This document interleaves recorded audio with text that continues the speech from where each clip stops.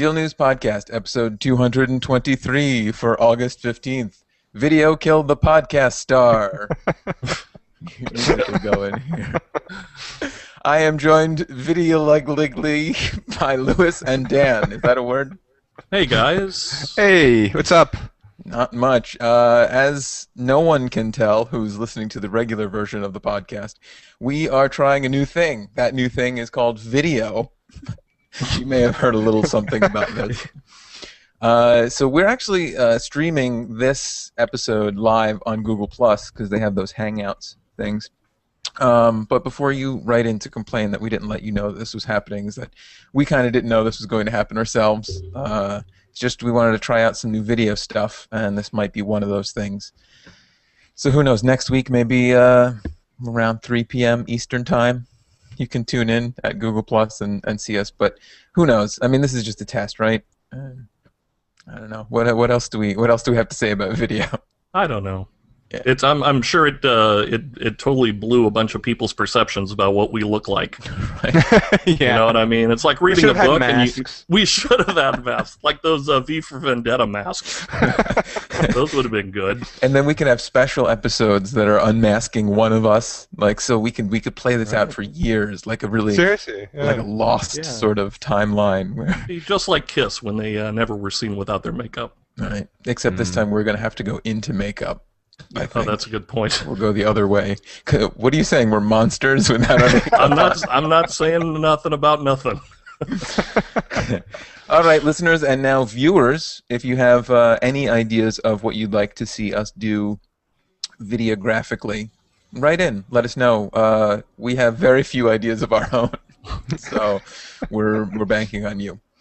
So yeah, just and also a note to you podcasters. Remember, we are being watched, so don't do anything you wouldn't want people to see. Oh. All right, so let's see. Our first story this week is a follow-up. The Olympics have ended. Yeah, sadly they have. Oh, Yeah. Sadly? Did you wind up getting Olympic fever? Yeah, I always do. Once the Olympics start, I'm all about them. It catches on after a while. Yeah, and I mean, I'm not even a big sports fan, to be honest, but when it comes to the Olympics, I usually watch them. Yeah. What were your favorites this year? Dressage? Was it horse dancing that you liked? The equestrian. Yeah, I missed all the equestrian stuff.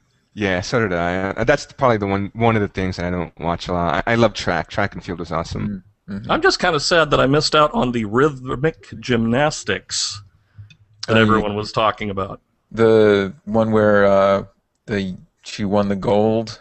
I guess the one where they had all the ribbons and they're dancing around. And Yeah. it's like one step removed from like those sign twirlers on the corner for the tax place or something. Right. That's where a lot of Olympic hopefuls get their start. Tax prep this way, and they start spinning it. Very good. All right, I'm in for that. Yeah. No, it seems like I managed to catch mostly volleyball this year. Boring volleyball. You turn it on, you're like, this is interesting, and then you realize that one match will last like 2.5 hours because they play, 5 sets, it's best of 5 and all that. Right. Yeah. The funny thing is, I heard a lot of people say that as a spectator, volleyball was one of the best games you could actually get tickets to because they said it's very festive and people are playing music and people bring radios or iPods or whatever. It's just a very festive atmosphere for volleyball in particular. Yeah. Wow. Who would have known? Yeah. I don't know. Not me. I guess they don't need silence. Like maybe like in track, before track starts, it's like you could hear a pin drop. Right. But volleyball, you could hear like background music, like just people like cheering, yelling, whatever. Right. You're not gonna during like the pommel horse. You're not gonna have like music blaring like dun dun dun dun dun dun dun dun dun. Turn it off. Oh. All right. Well, despite all of our hating and saying that NBC was terrible at broadcasting. In fact, you're going to reveal some news that says that they weren't so bad at it, and then I'm going to come back at you with a story that says that they were. Yeah, despite all the NBC failed tweets and this and that, so NBC is saying that the Olympics this summer were the most popular TV event in U.S. history. They said they pulled in 219 million viewers during those 17 days. Wow. So Yes. the fact that everyone was complaining about the Olympics is because they were all watching the Olympics. Really, I mean, like, if you think about it, everyone complaining about it is they're complaining because they're watching them. So, yeah, the best Olympics showing. Now, firstly, one of my questions is, do you think it had the best viewership because it was, say, in London, somewhere that people want to see more of, and like, Americans can relate to it, so we're gonna watch more of it because, like, oh, everyone loves an English accent. Everyone loves, the bobbies and the taxis and the double-decker buses and stuff. Mhm. Outside. Do you think that Rio is going to get the same kind of numbers? Is it just going to go up from here, or do you think we have seen a spike at London and then it's going to kind of come down? I would personally think it would go up because I think so last summer, what was it, Beijing, right? Mm-hmm, It was in China, Yeah. right? Yeah. And I watched it, and if anything, I've never been to China, I've never been to Beijing, so I always thought like, wow, it's kind of cool because they do those little segments of like, oh, this is China, blah blah blah, Right, before the right, games. right. So I'm one of the people who actually watch it for that, which is funny Mm. because that's one of the things people complain about the most. They're like, stop doing bios, just show the stupid games. But I kind of like the bios and all that, to be honest. Hmm. Yeah. Yes, not so much into the sports as the stuff that surrounds the sports, and I agree with that. I dig that. I dig that. The heart-wrenching moments when they're talking about, this Olympics athlete entire family died. The Now, sob story. right, you know, oftentimes it's followed up by buy Coke because that's Right. what commercials are Yeah. like as well. Now, here is my story about the closing ceremonies. Just one last thing to complain about their coverage of it. So Sunday night was the closing ceremonies, and we recorded it, and we didn't wind up staying up to watch the entire thing. We went to bed like an hour before it was over, only to find that NBC had split up the closing ceremonies into two parts. One that What? we were recording, and then there was a preview episode of Animal Hospital, and then there was Yeah. more closing ceremonies. They showed the stuff that they cut out of the earlier closing ceremonies later. I did not know that. I thought it was a repeat. No, Oh my that's me gosh. too, because we actually, all right, full disclosure, we actually went and recorded Animal Hospital because we were like, I'll see that. So when we went through the guide and recorded Animal Hospital, I saw that it said Olympic closing ceremonies, and I was like, oh, it must be, a recast of it. But no, So, apparently the Who and Muse performed, but they cut that out and put it into that segment afterwards. Oh, why would they do that? I don't know. Had that's Emily so and I strange. right?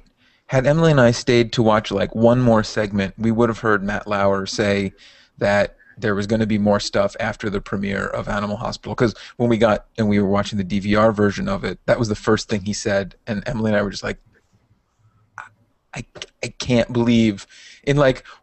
I don't know. It's like one last parting screw you. Yeah, pretty Our much. coverage is terrible. And I wanted to see Muse too because I know they had the Olympic song. I was Yeah. like, oh, I wanted to see them perform, and I was shocked that I didn't see them. I was like, huh. Right. It was weird because the way they ended it, they did make it sound like, okay, this is the end of the Olympics. Flame is going down. Now comes whatever the show, Animal Doctor, Hospital. Animal Hospital. Yeah. Wow. Yep. Now, I didn't watch the actual closing ceremonies. I was just kind of keeping up with it on Twitter, and it was amazing just the funny comments that were coming in. Like it would go from, uh-oh, this is getting weird. Oh, it's even getting weirder. Yes. And it Spice just kept going. Girls. Yeah, exactly. It's like, what are those things running around the Pet Shop Boys? What is up with that? Oh, the Pet Shop Boys segment was the greatest. Listeners Yeah. and viewers now, if you haven't seen that, just go to YouTube and look it up. The whatevers that were riding bicycles around the Pet Shop Boys and the Pet Shop Boys themselves, it was just a fantastic, weird show. Wow. Now, see, if they really did it right, they would have had Pink Floyd perform at the end, I would think. Right. But sadly, I guess you can just turn off the volume of the closing ceremonies and sync up Dark Side of the Moon. And there's some amazing similarities to the lyrics from what I hear. Let's do that. Now that we're doing video more, We should do that. we should see if that works. That's consumers care about that, right? All right, we should get onto some stuff that consumers All right. care about. Some real news. Some real news. This is possibly big news. I'm not really sure. It straddles the line between rumor, because of what it might imply. But I don't know if you noticed, but was it today or yesterday? Barnes& and Noble cut the price of their Nook Color and Nook tablets by $20 each. Wow. Does this mean that they know something about a new Kindle? Are they preparing the way for a new Nook? What do you guys think? What does this mean? What does this mean? Or do you think Well, this is just it a... sounds like. I mean, if just at first glance, if I looked at this, I would say that they're preparing for something. You know what I mean? Right. It's like it's pretty rare that a place would just cut prices just to cut them, unless something brand new is in the woodwork somewhere. Right, that's it. Like Barnes& and Noble pretty much knows that tablets are gonna explode in the next couple of months. You know, you have Windows 8 coming out, you have the possible Kindle Fire, and Barnes& and Noble isn't exactly in the lead right now, so they need to do something to get attention. And even if it means shaving a couple of bucks off the current Nook, then that's something, you know. So you think this was? Do you think this was more reactionary then? Because the highest priced Nook tablet, the 16 gigabyte, that's now at $199, which puts it in line with the Nexus tablet that just came out, as well as the Kindle Fire, all at $199. Yeah, they have to match that one. Everyone must match that 199. Otherwise, you're gone. You're done. You know, unless you're Apple, of course. Right. That seems to be the sweet spot. Right. Yes. 199 is the new 199. Yeah. I don't know. And this might go hand in hand with the rumor that you found, Lewis, about the Windows tablet. So the price point is going to be 199 on that, is the rumor? Yeah. So for the Windows Surface RT tablets, which are the ones that are running on the ARM processor, 199 is going to be the introductory price for those tablets, which it's not bad at all. I gotta say, it's very aggressive price point for Microsoft there. Yeah. I mean, to run a Windows OS and give it away at 199 just to be. I mean, this is a rumor though, still, right? Or has anyone confirmed this? Yeah, this is still a rumor, but supposedly it's kind of like those, like, you know, inside sources tell so and so that they're looking at 199, and it's kind of funny because I believe it was the CEO of Acer who doesn't want that 199 price point, because Acer's afraid that if they debut those tablets at 199, then Acer tablets, which are going to be priced much higher, are going to be pretty much just dead on arrival. You know? Right. So they're kind of hamstringing the OEMs that are going to put that on there. Well, I mean, it's their prerogative. Does this mean that that Windows is trying to go more the Apple route of things and be like, well, we're in control, and maybe it's their way to squeeze people out, to take control by making it seem like it's now the OEM's choice to get out, but whereas they're really being squeezed out. Right. It sounds like this is definitely an aggressive strike by Microsoft. Mm-hmm. It has to. They need to do that. Otherwise, there's no incentive for people to buy their tablets. You know, I mean, as much as a Windows fan as you can be, if Android is at 199 and Kindle Fire is at 199 and even the Nook is at 199, you have to strike that. You have to hit that price point. Yeah. Yeah, Lewis, you're being a little echoey. I don't know on what end that is. It could be the problem with the Hangout that we're doing on Google Plus. Yeah, finally, I got you guys on Google Plus.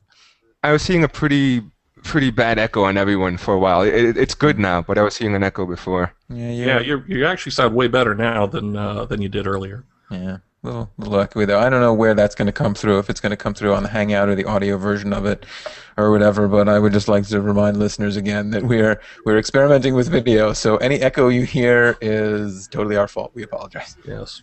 Welcome to the golden age of wireless.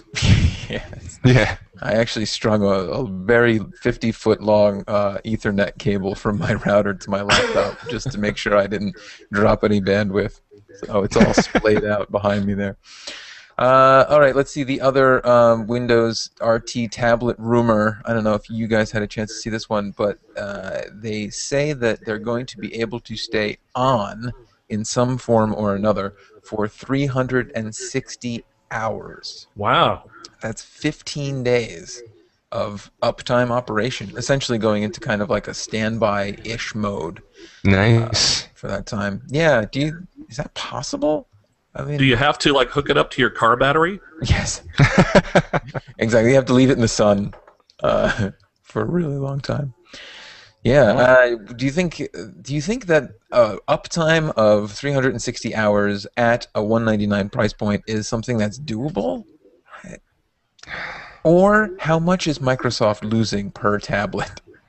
Yeah, that might be the question right there. How much is Microsoft losing per tablet? I think they're definitely going to take the Xbox approach on it, in the sense that, they put the hardware and they just take the hit on hardware, hoping that they'll make revenue, in the case of the tablet, I guess, on apps and programs. Yeah. Yeah, see, but with an Xbox, someone buys an Xbox and you're locked into buying the games for that. And you know that Microsoft makes a few cents or a few dollars on every game sold for the Right. console. But with something like a tablet, you're saying like, well, we're giving you access to the internet. And yes, we'll make some money on apps and maybe movies you buy from our store.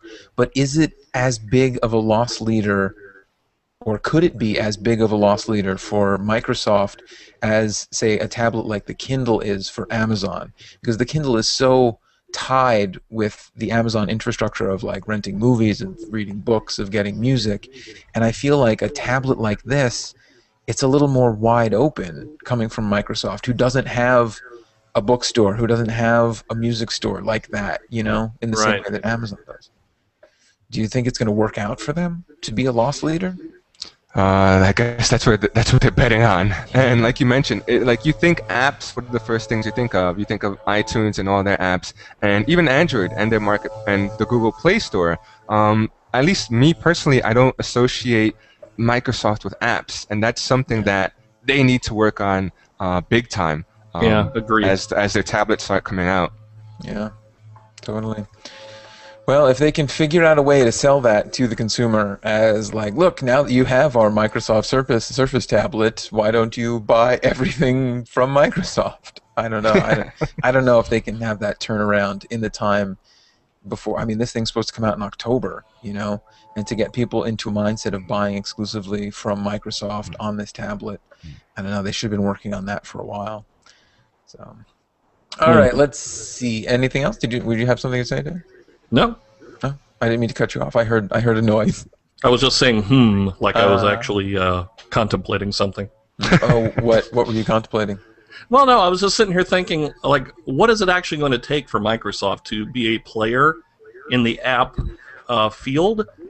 Because, they've really solidified themselves as one of the major operating systems. They've solidified themselves as making, like, one of the premier Office suite. So I'm sitting there going, well, what is it going to take for them to become an app dealer? What's going to be the killer app that's going to like put the stake in the ground for them? And I don't know. I just don't know if there's anything that Microsoft can do to grab that market share. Yeah. The killer app for them. The killer app for them might be what's the Xbox app? I forget the name. Glass. Project Glass? No, that's Google. Surf. Do you know what I'm talking about? Yeah. This happens every time we try and talk about this, Louis. Yeah. The app that lets your tablet become essentially a controller for your Xbox. Right. I think that they should definitely push that a lot, because that's going to be an advantage that Microsoft tablets are going to have that other tablets might not have, because it might not run natively or whatever or something like that. You might not need the app or whatever, That's a great idea. I didn't even think about that. Yeah. They certainly could kind of not cripple, but hamper certain functions of it because they said they're going to bring it to other tablets. So hamper some functions of it on Apple tablets and Android tablets, and have theirs be the only full-featured one, at least for like 6 months, a year, even, and be like, well, we're working on the other versions, but really what they're doing is they're trying to corner the market so that they can say, well, you get a Surface tablet, you can use this seamlessly and do X, Y, and Z. You can do some of that on other tablets, but ours is the best. That would be a very smart thing for them to do. Yeah. So if they were smart, I think they would do a shaved-down version of Microsoft Office and have it included free in every tablet, you know what I mean? So that there's automatic compatibility with people who are running that on their PCs at home. Because I think that would at least give them, something to say, hey, look, here's our tablet. It's already, configured to work with all the programs that you know and love. So, yeah, I don't know. I don't know, something. They've got to do something that is big and major. I love the idea that you were talking about, Lewis, about having it be like an Xbox controller, or even like something that's fully integrated into like, what is it, like that X10, the home automation stuff. Right. Something like that. There's got to be something that sets them apart from the rest of the tablet genre to make them stand out. Yeah, and it seems like the best way for them to do that is to maybe do something else. Like I had just been talking about it being a loss leader for media consumption like the Kindle, but it probably behooves them to not follow the Kindle because they can't. So to come up with something new, and like you said, Lewis, that whatever that thing is that lets you control your Xbox from the tablet. Why can't I remember the name of it? If they really wanted to be different, they would come out with a triangle-shaped tablet. That's what I think. You just get the Surface and cut it corner to corner, and then cut the crusts off, and write a little note that says "Mommy loves you." No one else got that every lunch period. No. Okay. Let's see. Our next story here. This one. I'll tell you. Being aware that there's video going on is slightly throws me off a little bit from this whole thing. A little bit, yeah. Because I'm just like, oh, am I looking at the camera enough? Am I talking? Right. I'm a little distracted. Also, I'm like a bird when it sees a mirror. I see myself and I'm like, anyway. Well, it's just cost me more money because I had to hire a makeup and hair specialist and all that stuff. Venial. That's a joke because she does monster makeup. Oh, nice. Okay. I thought you would get that, like the zombie guy that you are. Yes. Not being a zombie. Well, someone debate you on that. I'll say that. Being the zombie member of the podcast. Yes. Oh, didn't you know? So let's see. This next story is from a survey from the NPD group that says the total number of movies, physical movies, that have been rented in America have gone down 10% from this time last year.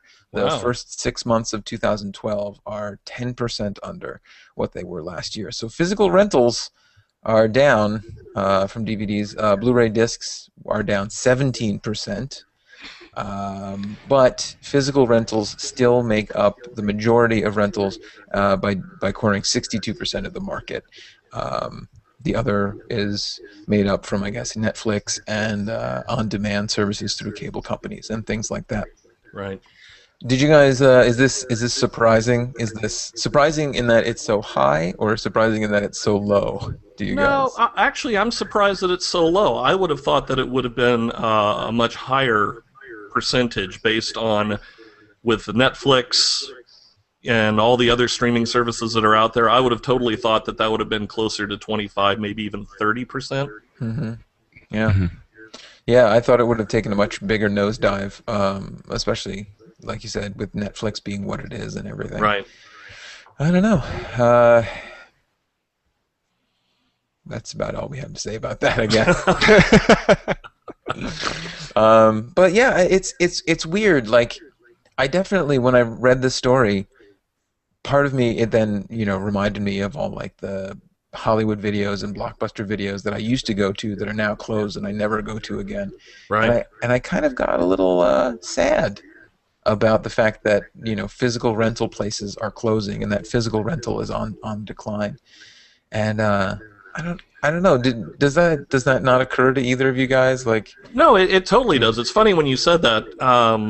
One of the first things that I remember was like just the fond memories of like, on a Friday night or a Saturday afternoon going to a Blockbuster and, having to walk through the aisles and look at everything and have to dig through, alphabetical order of titles to find, the movie that I wanted or, that sort of thing. I think it takes some of the, much like going to a theater, it kind of takes some of the social aspect out of renting a movie where now you can just be completely, anonymous or solo and, walk up to a red box machine and just put in $1 and get a movie, or even better, stay home, Right. punch a couple buttons, and then the movie's delivered automatically. Or like we did the other night, we watched what was that Liam Neeson film, Gray?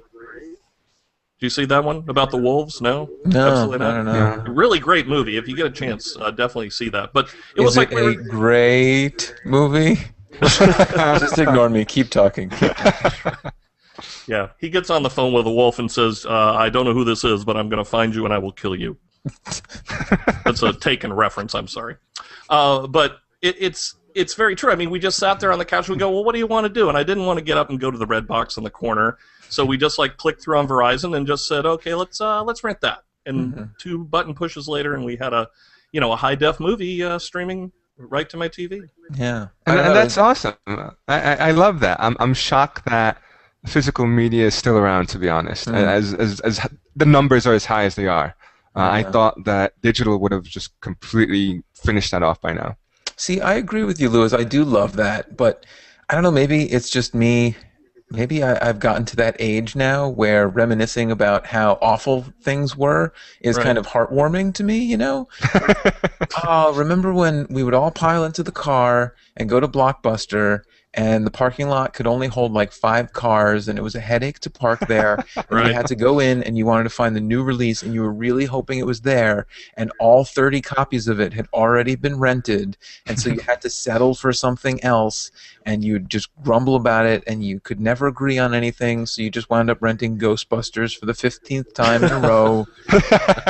And something about that being so terrible, I don't know, when I heard that physical rentals are on the decline, I was like, oh, people are not going to experience how horrible that was.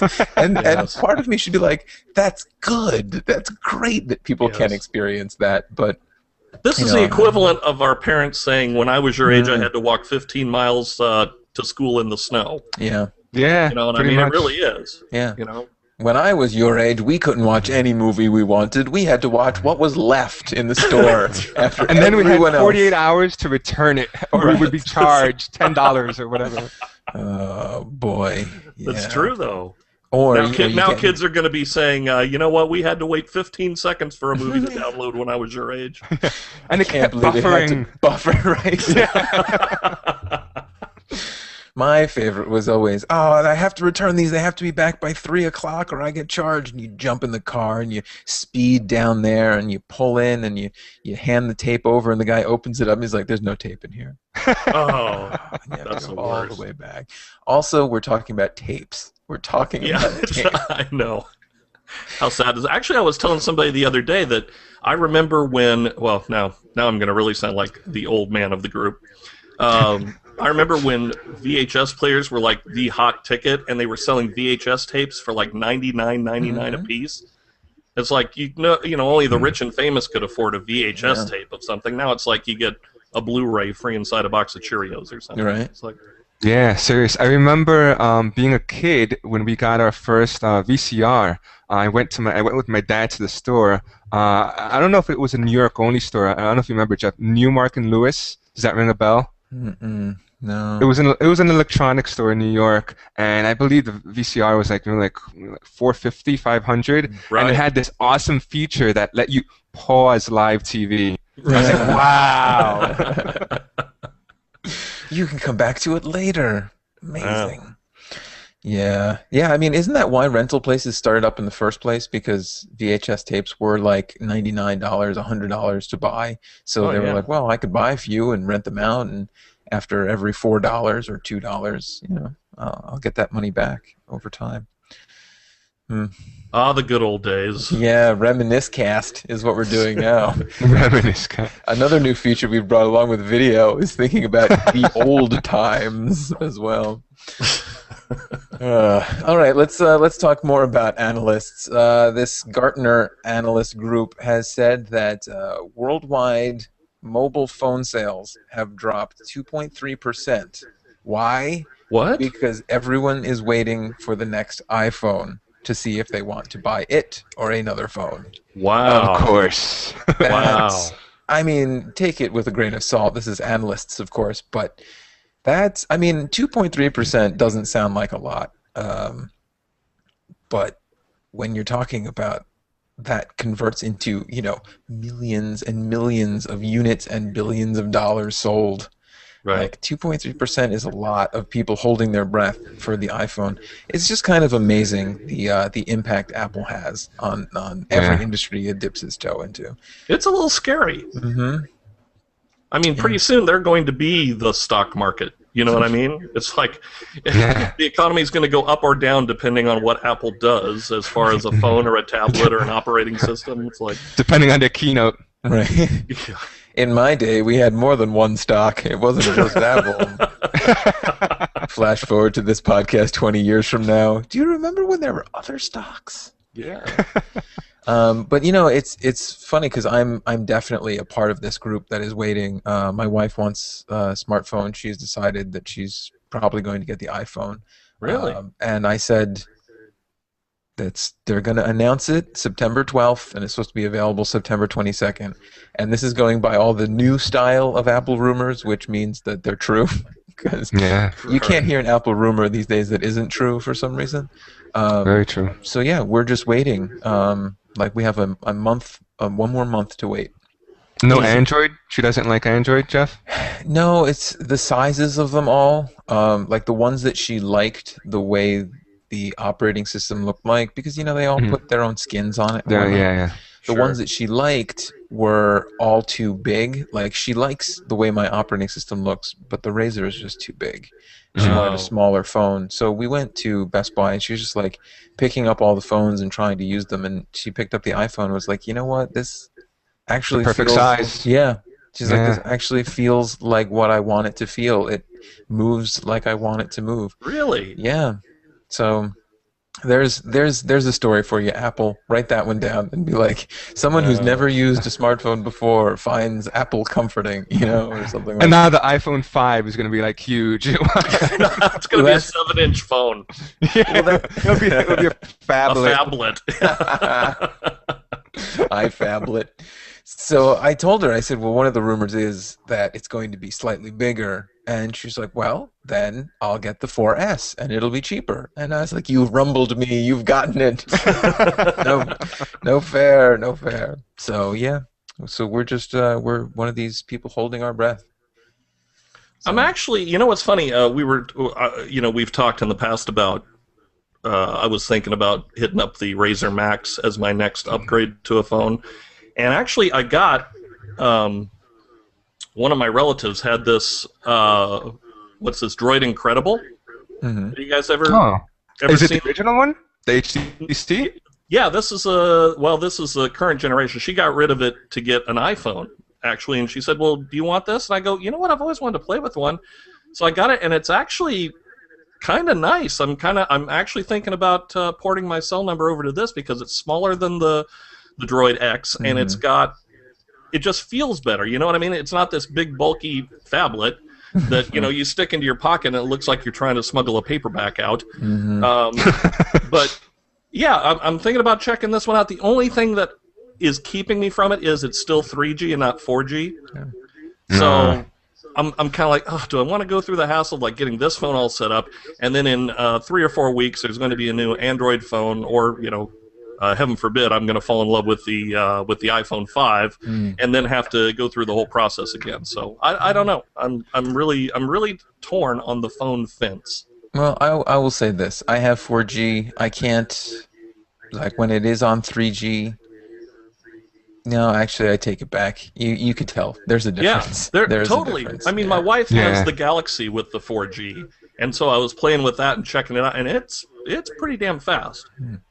Yeah, I was going to try and defend it and say, like, oh, don't worry, 4G's not that much faster. But then I just think back to I was on the train a couple weeks ago, and I was like, 3G, and nothing was coming through. I was like, because you get used to 4G. So, yeah, I take it back. Maybe we should just hold out until 8G comes out, is what I'm thinking. Yeah, or just run really long wires and like Ethernet cable on phones. Wait, does this have an Ethernet adapter? Let me look. Yeah. There's no Ethernet. You can only go 50 yards from your home because that's the longest cords you have. All right, let's see. Another story. This is also about the iPhone. Apple themselves have released their research that they did. I don't know where this comes from. It's just Apple released research that said this. Before 2011 or 2011, depending, the the number one reason why people chose Android over iPhone is that the iPhone wasn't available on the carrier they wanted to use. Wow. Wow. I don't know. That's pretty bold. Yeah. Yes.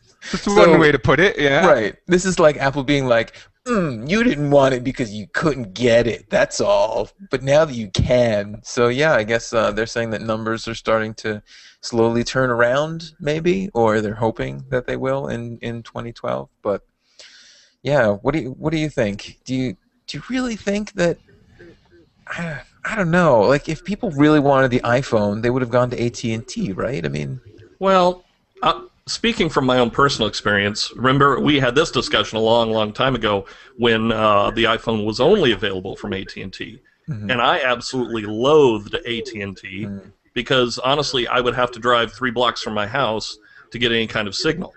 So it was like I'm sitting there going, "Oh, I really would like to get the first iPhone that came out," but I couldn't justify it because it wouldn't function in my area. So I'm going, well, this really sucks. It's like, why am I going to spend all this money for a phone that I have to get in my car, spend $2 in gas to get to a place where I get some sort of reception? just buy a new house, Dan. I guess so. I should have just tore this down and built a roof that was like about 1,000 feet high, so I could really get coverage. But it's funny because now that the iPhone is available on Verizon, which is my carrier of choice, I don't really You care. don't want it. Yeah, I don't want it now. So it's like I'm going, well, this is like kind of the story of my life. So I don't know what to do in regards to the new Androids that are coming out, the new iPhone. I just don't know. I'm in a quandary. Do you think that this maybe means that, I don't know, because you're saying that now that you don't want an iPhone because you probably because you got used to Android, you like the Android phones that are out there. Absolutely. I think So- I'm comfortable with them. Let's put it that way. Right, right. So did iPhone and Apple lose their chance to get 100% market share? Like, had they not gone exclusive with AT&T, had they not gone exclusive with AT&T, the iPhone wouldn't be what it is. But if they had somehow managed to make it available on better carriers right out of the gate, do you think that they would have been able to just destroy the cell phone marketplace? And I think so, yeah. be the I, only I honestly do. And you know me, I'm not a huge Apple fanboy, but had they released this on, say, 3 or 4 of the major carriers, I think it would have been a total cell phone annihilation. Yeah, I think I'm going to agree with you. You think so, Yeah, Willis? I mean, who would have been their competition back then? BlackBerry? Come on. I mean, yeah, they would have steamrolled BlackBerry and Windows version, whatever was out back then. I don't even know what version was out back then, and even Nokia. I mean, yeah, they just would have completely flattened them all out. It would have been no competition. I think Android would have obviously eventually come out. It would have taken some of the market back, but Android would probably not be as big as it is today had the iPhone debuted originally on, let's say, all the major networks. Yeah, It would have had. think you're right. It would have been like the iPad. The iPad came out, right, and that was the tablet. And for the longest time, they had such a huge lead with the iPad. And now everyone's trying to catch up here and there. Whatever. Had the iPhone come out with all the carriers, it would have been like the iPad of the mobile industry. yeah, Right. totally. All right. Then I take it back on what Apple has said. I thought Apple was just kind of making this up, but I do agree. If they had come out with it, yeah, everyone would have bought it, and then there would have been no competition. The fact is that if you wanted good connectivity, like on, say, Verizon, you're like, well, I want one of the new smartphones that does apps and things. I'll see what Android does, and yeah. But yeah, had iPhone beaten them all to the punch, yeah, we'd be living in a much different world today. So I think there is some validity in what they're saying. I mean, it does sound like they're they're getting a little too high and mighty with that statement, but there is some truth to it. Yeah. Yeah. Totally. Well, let's all take a moment and imagine what the world would be like had the iPhone come out on all the carriers at once. All right. Now, if I were really good at video, I would do like those wavy lines things, and then we'd have little skit where it's Yeah. like, how many Jobs notes is that for that loaf of bread? And all of her money has like Steve Jobs' face on it and stuff. And then we'd come back and be like, oh, what a dark world that would be. Yes, we're all paying in Jobs bucks. Yes. Yeah, seriously. In Steve we trust. Oh, that cup of coffee is half a Jobsy. Jobsy dollar. All right, let's end this before we get into any trouble. I think we already have. Yeah. All right, thank you guys for joining me, both audioly and videoly. Yeah, it's Thanks, nice to John. actually see you guys again. Yeah. It's been nice, very pleasant. Very cool. In the circle of trust. Right. Listeners, for links to today's stories, Twitter feeds, blog links, and more, go to our show notes page. For this video, go to our YouTube page. I guess it archives it up there. Also, feel free to send us feedback to podcast@dealnews.com. And if you've enjoyed all of this that you have seen and heard, why not head over to, say, iTunes or your pod store of choice and leave us a positive rating, preferably in the 5-star to 10-star range, depending on how many stars they allow. Or if it's iTunes, leave 2 5-star ratings. That's good. Yeah, you'll feel good, and we'll feel good, and everyone will feel good about it. All right, I'm Jeff Summergy. Goodbye.